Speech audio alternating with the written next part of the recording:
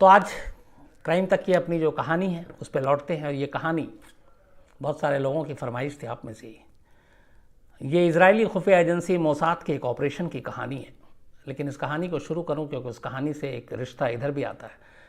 Captain अभिनंदन हम सबको मालूम है कौन थे, कौन हैं, और उनका नाम सुर्खियों में तब आया जब बालाकोट ऑपरेशन के बाद कैप्टन अभिनंदन जो है वो पाकिस्तान की सीमा में उनका MiG-21 नीचे आया, वो पकड़े गए।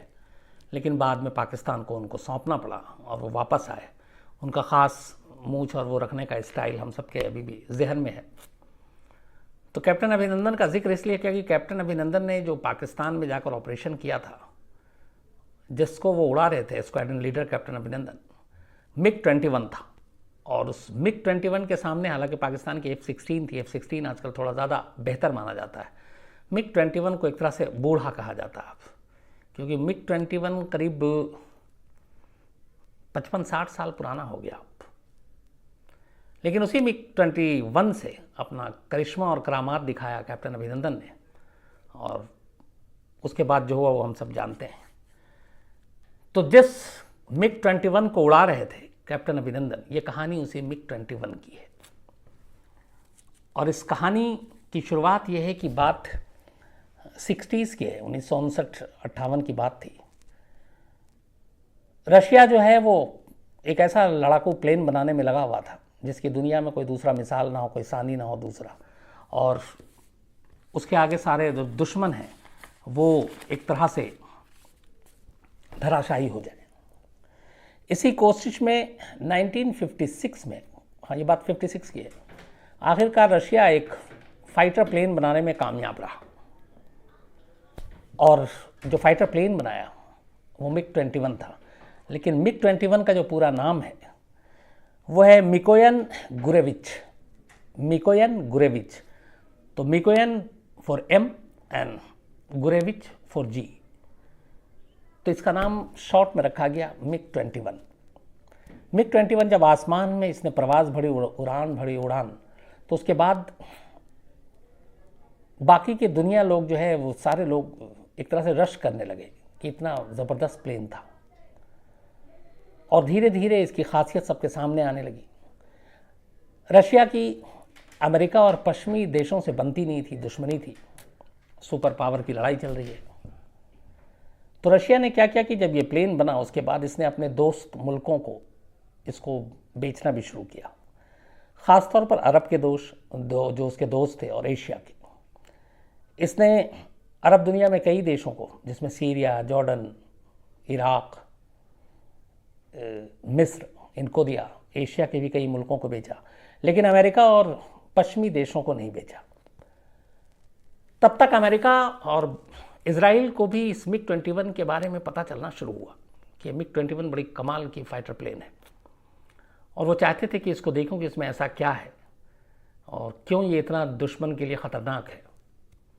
लेकिन चूँकि अमेरिका और पश्चिमी देशों को बेचा नहीं रशिया ने, और जो बेचा, जिन मुल्कों को, उनके साथ एक करार था, एक सौदा था, और वो ये था कि ये प्लेन, ये MiG-21 आप पश्चिमी देशों को, अमेरिका को, इजराइल को, इनको आप किसी भी कीमत पे नहीं देंगे, ना इनकी जो डिफेंस के लोग हैं उनको आप अपने देश में बुलाकर MiG-21 के बारे में बताएंगे, दिखाएंगे, उसकी टेक्नोलॉजी और बाकी सारी चीज़ें समझाएंगे। ये सारी चीज़ें करार समझौते में था जिन जिन देशों को दिया गया। और चूँकि वो देश रूस के दोस्त थे तो उन्होंने भी इसका पालन किया, और इसी के तहत तमाम कोशिश कर ली अमेरिका ने, इजराइल ने, पश्चिमी देशों ने। लेकिन MiG-21 के दर्शन नहीं हो रहे थे, और उन्हें समझ में नहीं आ रहा था कि फिर इस MiG-21 का काट क्या करें, क्योंकि एक बार पता चल जाए कि इसमें क्या खासियत है तो फिर वो उसका काट निकालें, फिर उस तरीके की बाकी चीज़ें, वो अपना फाइटर प्लेन बनाएं। लेकिन उसके लिए MiG-21 तक पहुंचना, MiG-21 की खासियत को जानना, MiG-21 को उड़ाना, उसे देखना ज़रूरी था, और ये काम पॉसिबल नहीं हो रहा था। कोशिश जारी थी। 56 में ये बना, उसके बाद 60s तक रूस के दोस्त मुल्कों तक पहुंच भी गया, जैसे मैंने बताया, अरब देशों में, बाकी जगहों पे। इसी दौरान में इजराइल में जो उनकी खुफिया एजेंसी है, दुनिया की सबसे ख़तरनाक में से एक, मोसाद, उसके लीडर को चेंज करने का वक्त आ गया था, जो मोसाद के चीफ थे।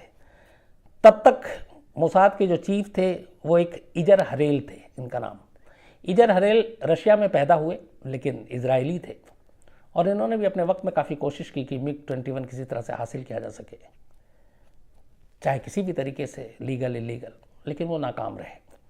और इसी कोशिश करते करते उनके रिटायरमेंट का वक्त आ गया और इजर हरेल अब मोसाद के चीफ से हट गए और उनकी जगह जो नए चीफ बने उनका नाम था मीर एमिट। अब मीर एमिट के हाथ में मोसाद की कमान थी। मीर एमिट इजराइल में ही पैदा हुए और इजरायली फ़ौज में थे, सेना में थे। उसके बाद उनकी काबिलियत को देखते हुए उनको मोसाद का चीफ बनाया गया। मोसाद का चीफ बनने के बाद उन्होंने, चूँकि वो फ़ौज से आए थे, तो फ़ौज के तमाम अलग अलग जो एयरफोर्स से लेके बाकी, उसे पूछा कि आपको जो भी मोसाद की ज़रूरत हो आप बताएं। तो उनकी ये सारी मीटिंग चल रही थी अलग अलग आर्मी के चीफ से। इसी मुलाकात के दौरान अचानक इनकी इजरायली एयरफोर्स के जो चीफ हैं उस वक्त, वायुसेना अध्यक्ष थे इजराइल के, आइजर वाइजमैन। तो इस मुलाकात के सिलसिले में मीर की मुलाकात होती है इजरायली एयरफोर्स के चीफ से, आइजर से। आइजर वाइजमैन से जब मुलाकात होती है तो बाकी सब बातचीत करने के बाद जब चलने के लिए, रुखसत होने के लिए तैयार होते हैं, तभी एयरफोर्स चीफ इजराइल के कहते हैं मोसाद के चीफ से, जब वो कहते हैं कि कोई भी अगर मेरे लायक काम हो तो बताइए, तो उन्होंने बड़े ही नॉर्मल तरीके से कहा कि मुझे एक MiG-21 ला कर दे दो। जैसे ही सुना मोसाद के चीफ वहाँ पे रुक गए। उन्होंने कहा ये क्या मांगा। उन्हें भी पता था कि MiG-21 नहीं मिल सकता, इसलिए कि ये रूस ने बनाया, अपने मित्र देशों को देता है। अमेरिका, इजराइल, जो भी पश्चिमी देश हैं, उनके तो हाथ भी नहीं लगने देगा, क्योंकि उसके ज़रिए उसकी उस MiG-21 की खासियत सामने हो सकती है। तो पहले वो मुस्कुराए, फिर उन्हें ये भी पता था कि उनके पहले के चीफ ने काफ़ी कोशिश की थी। तो उन्होंने कहा कि आप सीरियस हैं। तो एयरफोर्स चीफ ने कहा बिल्कुल मैं सीरियस हूँ, मुझे बस अगर तुम कुछ अच्छा करना चाहते हो तो मुझे एक MiG-21 ला कर दे दो, और उसके लिए कुछ भी मैं करने को तैयार हूँ। बात आई गई हो गई। मोसाद चीफ मीर, इसके बाद मीर एमिट पहुँचते हैं, काफ़ी सोचते हैं और फिर वो उसको सीरियसली लेते हैं और वो ये कहते हैं कि अब चाहे कुछ भी हो जाए, मुझे एक MiG-21 इजराइल की सरजमीन पर लैंड कराना ही है। अब कैसे होगा मुझे नहीं मालूम। इसके बाद वो प्लानिंग शुरू करते हैं, अपने ख़ास लोगों को शामिल करते हैं इसमें और कहते हैं कि अब किसी भी कीमत पे हमें एक MiG-21 चाहिए। अब प्लानिंग शुरू होती कि कहाँ से, रशिया से आप ख़रीद नहीं सकते, रशिया के जो दोस्त हैं, मुल्क हैं, वो आपको कानूनी तरीके से दे नहीं सकते, क्योंकि MiG-21 की ख़रीद फ़रोख्त के बीच में शर्त यही थी।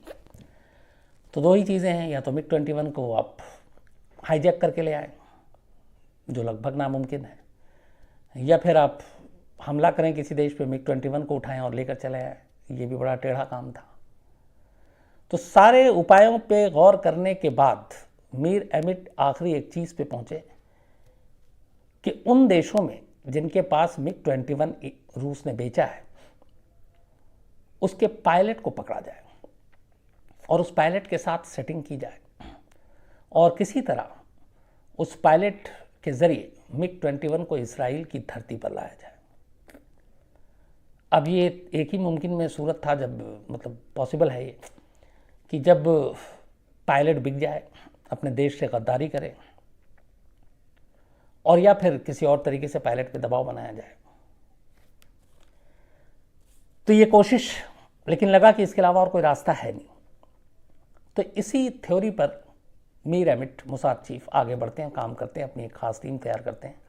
उसके बाद ज़ीरो इन किया जाता है अरब के उन देशों पे, एक तो जिनसे ज़्यादा ख़तरा था उस वक्त, ये सीरिया, जॉर्डन, इराक़, ये सब MiG-21 ले चुके थे रूस से, और इजराइल के पास था नहीं, और MiG-21 का मुकाबला करना आसान नहीं था। तो उन्होंने कहा कि जिन देशों के पास है उन देशों से ही कुछ डील किया जाए इल्लीगल तरीके से, अपने जासूसों के ज़रिए। इसके बाद मोसाद के एक उस वक्त के नामी गिरामी एजेंट थे, जासूस, जीन थॉमस को ये काम दिया गया कि वो मिस्र जाए, और मिस्र के पास भी एक ऐसा ही MiG-21 है जो कि उसने ख़रीदा है, और वहाँ जाके वो किसी तरीके से किसी पायलट से डील करे और एक MiG-21 इजराइल ले आए। जीन थॉमस मिस्र पहुँचते हैं, मिस्र में जाकर काफ़ी वक्त गुजारते हैं और करीब साल भर के आसपास बीत जाता है। इस दौरान में वो एक पायलट से दोस्ती भी गांठ लेते हैं जो MiG-21 उड़ाता था, स्क्वाड्रन लीडर था, और उसके साथ सारी चीज़ें करते करते उसका भरोसा जीतने के बाद एक दिन उसको डील बताते हैं और उसको $1 मिलियन अमेरिकी डॉलर का ऑफ़र देते हैं, साथ में प्रोटेक्शन और बाकी सारी चीज़ें। शर्त ये थी कि वो मिस्र से एक दिन MiG-21 लेके उड़े और इजराइल की सीमा में दाखिल हो जाए, बस इतना काम करना था उसे। जीन थॉमस थोड़ा सा यहाँ पे मार खा गए। जिस पायलट के साथ डील कर रहे थे और उन्हें लगा कि ये पायलट अब उनके चंगुल में आ चुका है और ये काम कर देगा, उस पायलट ने मिस्र के साथ गद्दारी करने की सोची ही नहीं, और ये बात सुनते ही कि ये MiG-21 के ऑफ़र दे रहा है इस तरीके से, उसने अपने सीनियर अफसरों को ये बात बता दी। जैसे ही सीनियर अफसरों को ये बात पता चला, फ़ौरन जीन थॉमस और उसकी फैमिली को गिरफ्तार कर लिया गया मिस्र में। गिरफ्तार करने के बाद आर्मी के उसके तहत मुकदमा चला और दिसंबर 1962 में जीन थॉमस को फांसी दे दी गई, जासूसी के इल्ज़ाम में, पायलट को लालच देने के इल्ज़ाम में और पायलट को देशद्रोह के लिए उकसाने के इल्ज़ाम में। और उनके पिता और बाकी फैमिली मेम्बर को एक लंबी कैद दी गई। बाद में कई सालों बाद उनको रिहा कर दिया गया। लेकिन इस तरीके से जीन थॉमस के रूप में पहला जो मोसाद का ऑपरेशन था वो नाकाम रहा। MiG-21 मिला नहीं, बल्कि मोसाद का एक एजेंट मारा गया, उसे फांसी हो गई। पर मोसाद ने हिम्मत नहीं हारा, मीर अमिट ने हिम्मत नहीं हारा, उनका कोशिश जारी रहेगी। इसके बाद अब इन्होंने रुख किया मिस्र के बाद इराक का, चूँकि इराक में भी था और उन्हें लगा कि इराक के पायलट आसानी से उनके शिकंजे में आ जाएंगे। जासूसों ने लंबी कोशिश की इराक में, बगदाद में 2 ऐसे पायलट को पकड़ा, उनके साथ दोस्ती की, उनको हनी ट्रैप भी किया। मोसाद की लड़कियां जो जासूस थीं वो भी गईं, और सब कुछ करने के बाद उन्हें भी लंबा ऑफ़र दिया गया और उन्हें कहा गया कि MiG-21 को पहुंचाना है। लेकिन वो दोनों पायलट आखिर वक्त में डर गए, उन्हें लगा कि जान खतरे में है, काम नहीं हो पाएगा। लेकिन अब मोसाद को ये था कि इन दोनों से लंबी डील की बात आगे तक जा चुकी थी और ये आगे बता देंगे तो फिर इनके लिए बाकी इराक में ही और दूसरे पायलट से ट्राई करना या दूसरे देशों में ट्राई करना, शायद वो लीक हो जाएगी बात। तो उन्होंने इस खतरे को भांपते हुए और इस सच को छुपाने के लिए, इस राज को छुपाने के लिए, मोसाद के जासूसों ने इराक के उस फाइटर प्लेन के दोनों पायलटों को मार डाला। तो पहली नाकामी मिली जब मिस्र में अपना ही रौका उनका मोसाद का एजेंट मारा गया। दूसरी नाकामी तब हुई जब इराक के दोनों पायलट को मोसाद ने मार दिया, क्योंकि डील हो नहीं पाई थी। अब लगा कि ये काम बड़ा मुश्किल है, हो नहीं पाएगा, 2 मिशन नाकाम रहा। बट मीर अमिट अपने उस पर कायम थे कि किसी तरह से इसको काम को करना है, कोशिश जारी रही। और आखिरकार 1964 में कुछ ऐसी चीज़ें हुई जिससे उम्मीद लगी कि इस बार ऑपरेशन कामयाब हो जाएगा। 1964 में हुआ यह कि ईरान की राजधानी तेहरान में तब इजरायली दूतावास में एक कर्मचारी काम करता था, यहूदी था और वो लंबे वक्त से वहाँ पे काम करता था और इजराइल के लिए कुछ करना चाहता था। एक दिन उस यहूदी कर्मचारी ने अपने एक सीनियर अफसर को बताया कि उसकी एक गर्लफ्रेंड है, उस गर्लफ्रेंड की दोस्त है एक, जिसकी शादी एक क्रिश्चियन से हुई है जो इराक में है, इराकी एयरफोर्स में है और फाइटर प्लेन उड़ाता है। ये बात जब दूतावास के ज़रिए मोसाद तक पहुंची तो उन्हें लगा कि ये बड़ा काम आ सकता है। छानबीन की गई तो पता चला कि हाँ, इस यहूदी एम्प्लॉई जो था उसकी एक गर्लफ्रेंड है और उसकी एक दोस्त की कुछ वक्त पहले ही शादी हुई है, करीब 3 साल पहले, और उसकी जो शादी हुई है वो क्रिश्चियन है लेकिन इराकी सिटीज़न है और इराकी सेना में है, स्क्वाड्रन लीडर है। और सबसे बड़ी खुशखबरी की बात ये सुनने को मिली कि MiG-21 भी वो उड़ाता है और इराक के पायलट जो एलिट क्लास के हैं, सीनियर और अच्छे पायलटों में उसकी गिनती होती है, उसका शुमार होता है।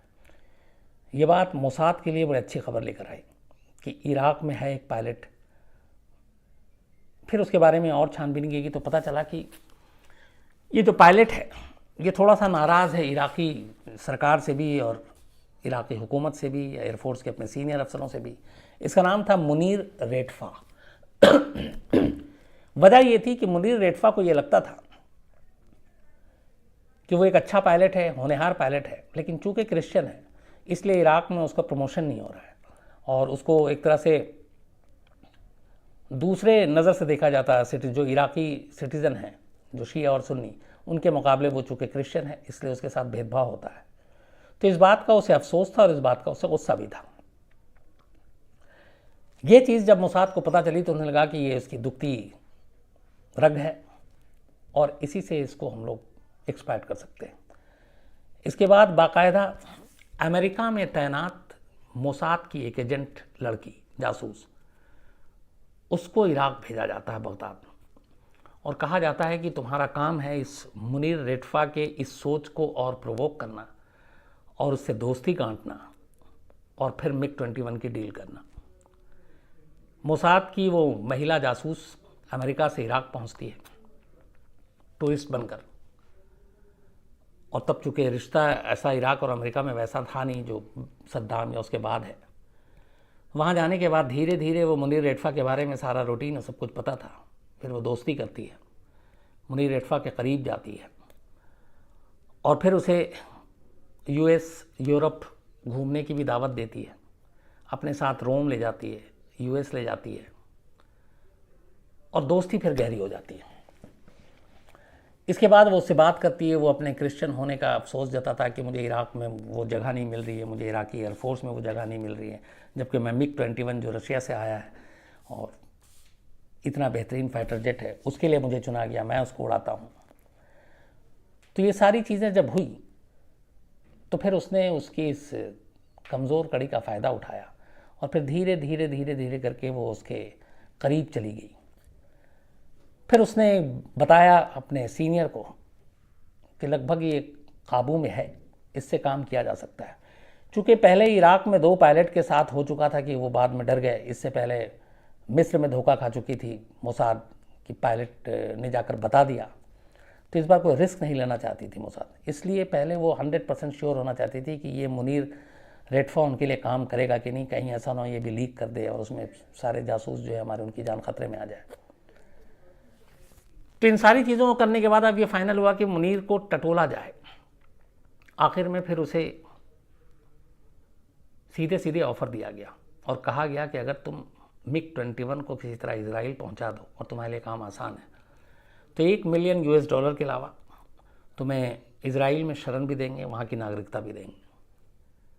मुनीर को ये लगा पहली बार सुनकर कि ये ऑफ़र तो बहुत अच्छा है लेकिन जानलेवा है, क्योंकि ज़रा सी भनक मिल गई तो फिर उसकी जान गई, नंबर 1। नंबर 2, उसका ये भी था कि मैं MiG-21 को लेकर इजराइल तक नहीं जा सकता हूँ। उसकी वजह ये है कि रशिया ने जो दिया था उसमें एक डील में ये भी था कि इसकी जो फ्यूल है उसमें कितना तक भरा जाए, इसलिए कि आप फिर बहुत दूरी तक आप एक बार में फ्यूल लेकर उड़ान नहीं कर सकते हैं।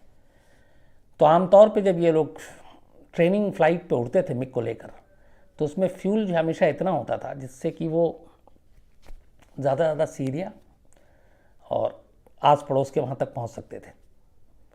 इजराइल की दूरी करीब 900 किलोमीटर थी, तो वहाँ तक का फ्यूल एक बार में नहीं भरा जाता था और ये चेक होता था कि आपको कितना फ्यूल देना है।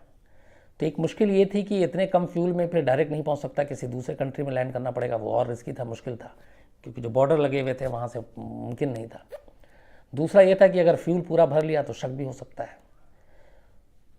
लेकिन पहले ये था कि मुनीर रेटफा का तैयार होना ज़रूरी था।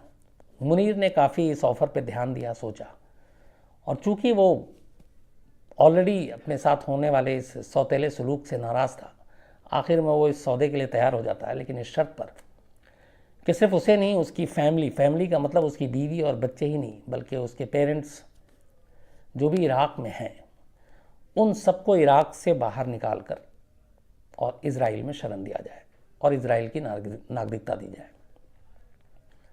मोसाद तक ये बात पहुंचती है, मोसाद इसके लिए राज़ी हो जाता है। वो कहता है ठीक है, लेकिन इसमें एक दिक्कत ये थी कि चूँकि मुनीर इराकी एयरफोर्स में एक पायलट, वो भी नामी पायलट है, MiG-21 उड़ा रहा है, तो ऐसे में उसकी फैमिली का एक साथ इराक से निकल जाना डाउट पैदा करता, क्योंकि ऐसे लोगों की भी जासूसी होती है, खुद इराकी इंटेलिजेंस भी करती है कि कहाँ जा रहे हैं, किनसे मिल रहे हैं। तो ये हुआ कि ये काम भी बड़ा मुश्किल है, लेकिन अब फैमिली सिर्फ ये था कि पत्नी और बेटे को निकालना है, तो वो किसी भी आप ग्राउंड पे निकाल सकते थे, लेकिन पूरी फैमिली को निकलना है तो डाउट ना हो। तो उसके लिए फिर प्लान बनाया गया और थोड़ा सा इसको डिले किया गया। प्लान ये बना कि माँ बाप को ट्रीटमेंट के नाम पे पहले उनके कुछ लोकल इलाज कराए गए, डॉक्टरों से लिखाए गए कि इनको ये बीमारी है, इसके इलाज के लिए इनको बाहर जाना पड़ेगा। तो अमेरिका के नाम पे मेडिकल ग्राउंड पे उनके वो लेटर बने, तो उससे ये हुआ कि शक ना हो किसी को। दूसरी तरफ ये हुआ कि ये टूरिस्ट के तौर पर यूरोप जाना है, रोम जाना है, तो मुनीर और उनकी वाइफ और बच्चों का ये बनाया गया कि ये लोग टूरिस्ट वीज़ा पे निकलेंगे, तो अलग अलग वो भी, तो किसी को शक ना हो। और इस तरीके से धीरे धीरे करके मुनीर के पेरेंट्स पहले निकले, उसके बाद मुनीर की बीवी और बच्चे निकल गए टूरिस्ट वीज़ा पे। अब मुनीर अकेला है बगदाद में। डेट इसके बाद फाइनल होता है 16 दिसंबर 1966, 16 दिसंबर 1966। सारी चीज़ें पहले से तैयार थी, कैसे क्या करना है, कैसे जाना है। 16 दिसंबर को ये हुआ कि अब इस प्लेन को लेके निकलना है। इसका नाम रखा गया ऑपरेशन डायमंड, मोसाद ने रखा। 16 दिसंबर को इसको जब लेके जाएंगे और इस मिग 21 को एक तरह से चुराना है। 16 दिसंबर को दोपहर को मुनीर एयरफोर्स स्टेशन पहुंचता है और उसे उस दिन उसकी ट्रेनिंग उड़ान थी, उसे मालूम था उसका पूरा रूटीन, तो इसीलिए 16 को इसको रखा गया। 16 को वो पहुंचता है और जाने के बाद पहली बार वो उसे एक चीज़ पता थी जो मोसाद ने उसको ब्रीफ किया था, वो ये कि जो ग्राउंड स्टाफ होते हैं उनको सबको पता था कि इसमें कितना फ्यूल भरना है, कभी भी पूरा टैंक नहीं भरना है। और हमेशा ये जब कहता था मुनीर, इससे पहले भी कई बार जब ये डील नहीं आई थी उससे पहले उसने अपना जिक्र किया, कुछ छोटी छोटी बातें मोसाद वाले सुन के कुछ चीज़ें, हर इंटेलिजेंस एजेंसी ऐसी करती है, तो उसने बताया कि कई बार ऐसा हुआ कि मैंने ऐसे ही कहा कि यार आज टैंक पूरा कर दो, तो ग्राउंड स्टाफ ने कहा कि नहीं कर सकते, ये रशियन का ऑर्डर है। और इराकी जो लोग हैं फोर्स में हैं, आर्मी में, वो इराक के अलावा किसी और कंट्री के किसी हुक्म को मानने में बड़ा अपनी बेइज्जती महसूस करते हैं। तो इसने एक दो बार कहा भी कि अरे मैं कह रहा हूँ तुम्हारा कमांडर हूँ और तुम रशिया की बात मान रहे हो। तुमको गुस्सा आता था कि हाँ ये है, मुझे नहीं मानते, बुरा लगता है, लेकिन क्या करें, लिखा हुआ है ऐसा डील। तो कई बार होता था कि नहीं, उनकी बात नहीं मानेंगे। तो एक दो बार ऐसा हुआ था कि जितना कहा गया था उससे थोड़ा सा एक्स्ट्रा उन्होंने फ्यूल डाल दिया था। तो इस दिन भी इसी तरीके का इस्तेमाल करने के लिए कहा गया मुनीर को, और मुनीर गया और उसने कहा कि फ्यूल टैंक फुल कर दो जितना भी इसमें आता है। और उसने साथ में उनको थोड़ा सा चिढ़ाने के लिए एक डायलॉग भी मार दिया कि या तो रशिया की ही सुनो हमेशा। तो उनको गुस्सा आ गया कि मैं इराकी सोल्जर हूँ, मैं रशिया की क्यों सुनूँ, ये लीजिए। और उसने फ्यूल भर दिया और टैंक फुल कर दिया। अब इसके बाद चक्कर ये था कि 900 किलोमीटर की दूरी थी, रूट दिया गया था, और ये हमेशा ट्रेनिंग फ्लाइट पे रूट होता था कि आपको इस डायरेक्शन में उड़ना और फिर यूँ लौट आना है। आप जैसे ही रूट से हटे तो फिर आपको पहले तो बताया जाता है कि आप रूट से भटक गए हैं, तो आप फ़ौरन रूट पे अपने वापस आ जाइए, और अगर आप नहीं आते हैं तो फिर वार्न किया जाता है कि आप आ जाओ, नहीं तो आपको शूट कर देंगे, आपको गिरा देंगे। क्योंकि मिग 21 के साथ कोई रिस्क नहीं लेना चाहता था।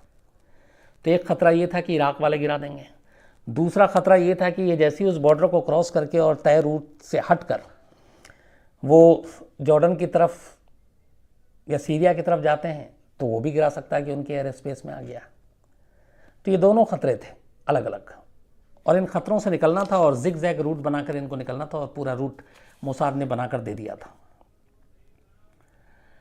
तय वक्त पर मुनीर प्लेन को लेकर उड़ता है, और उसके बाद जैसे ही वो आगे जाकर अपने रूट से हटता है फ़ौरन उसके ट्रांसमिशन पे आता है कि आप अपना रूट भटक गए कैप्टन, वापस रूट पे आइए।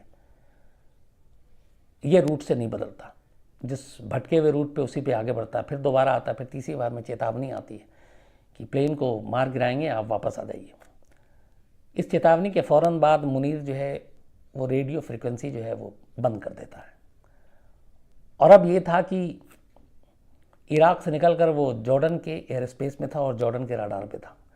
जैसे ही जॉर्डन के एयर स्पेस में घुसता है, जॉर्डन की तरफ से वार्निंग आती है। लेकिन मोसाद ने तब तक ये किया कि जो सीरिया के एयर स्पेस या सीरिया एटीसी को एक तरह से उसने हैक कर लिया और जॉर्डन के एयर स्पेस को ये बता दिया कि ये सीरिया की एक रूटीन ट्रेनिंग पे उड़ने वाली फ़्लाइट है। और चूँकि सीरिया के पास भी MiG-21 था, जॉर्डन ने कुछ नहीं किया, जाने दिया। और उसके बाद किसी तरह से इन दोनों से बचते हुए MiG-21 आगे बढ़ा। उसके आगे, सीरिया के आगे, इजराइल के एयरफोर्स के 2 प्लेन, जेट प्लेन, उन्होंने इसको कवर किया और अपने साथ लेकर उड़े और फिर इजराइल में इसको लैंड कराया। रात का वक्त था जब ये लैंड किया था, अंधेरा हो चुका था। जैसे ही MiG-21 इजराइल एयर स्पेस में घुसने के बाद वहाँ के उस पर लैंड करता है, मीर एमिट, मोसाद चीफ, जो उनके एयरफोर्स के चीफ, इन सारे लोगों को पता चलता है, कहते हैं कि इनकी खुशी से आंखों में आंसू आ गए। सभी पहुंचते हैं। MiG-21 को पहली बार बड़ी बारीकी से, ध्यान से देखा जाता है।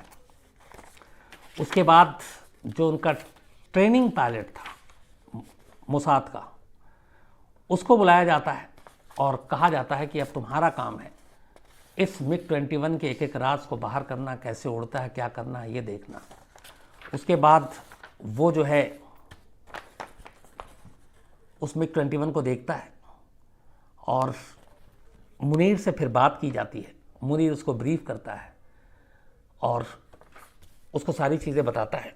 कहते हैं कि सिर्फ 1 घंटे तक उसने ट्रेनिंग ली और 1 घंटे के बाद MiG-21 को उसने इजराइल के आसमान में उड़ाना शुरू कर दिया था। जो ट्रेनिंग पायलट था इजराइल का, जब वो 1 घंटे की ट्रेनिंग के बाद उड़ाकर वापस आया तो जो एयरफोर्स के चीफ थे उन सब की आंखों में आंसू आ गए कि ये मतलब इसके लिए महीनों ट्रेनिंग दी जाती, इसने 1 घंटे में सिर्फ दूसरे पायलट ने ब्रीफ किया और इसने सब कुछ समझ लिया और ये वापस सेफ लैंडिंग में करा गया।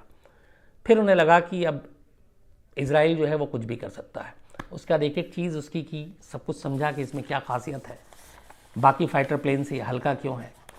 और इसी वजह से फिर इसके कुछ दिनों के बाद ही जो अरब मुल्कों के साथ तनाव चल ही रहा था, वॉर हुआ इनका, जो करीब 6 दिन चला था। और उन 6 दिनों में इस MiG-21 की जानकारी हासिल करने की वजह से, चूँकि MiG ऑलरेडी जॉर्डन के पास था, इराक के पास था, सीरिया के पास था, इनका एक भी नुकसान नहीं हुआ इजराइल का।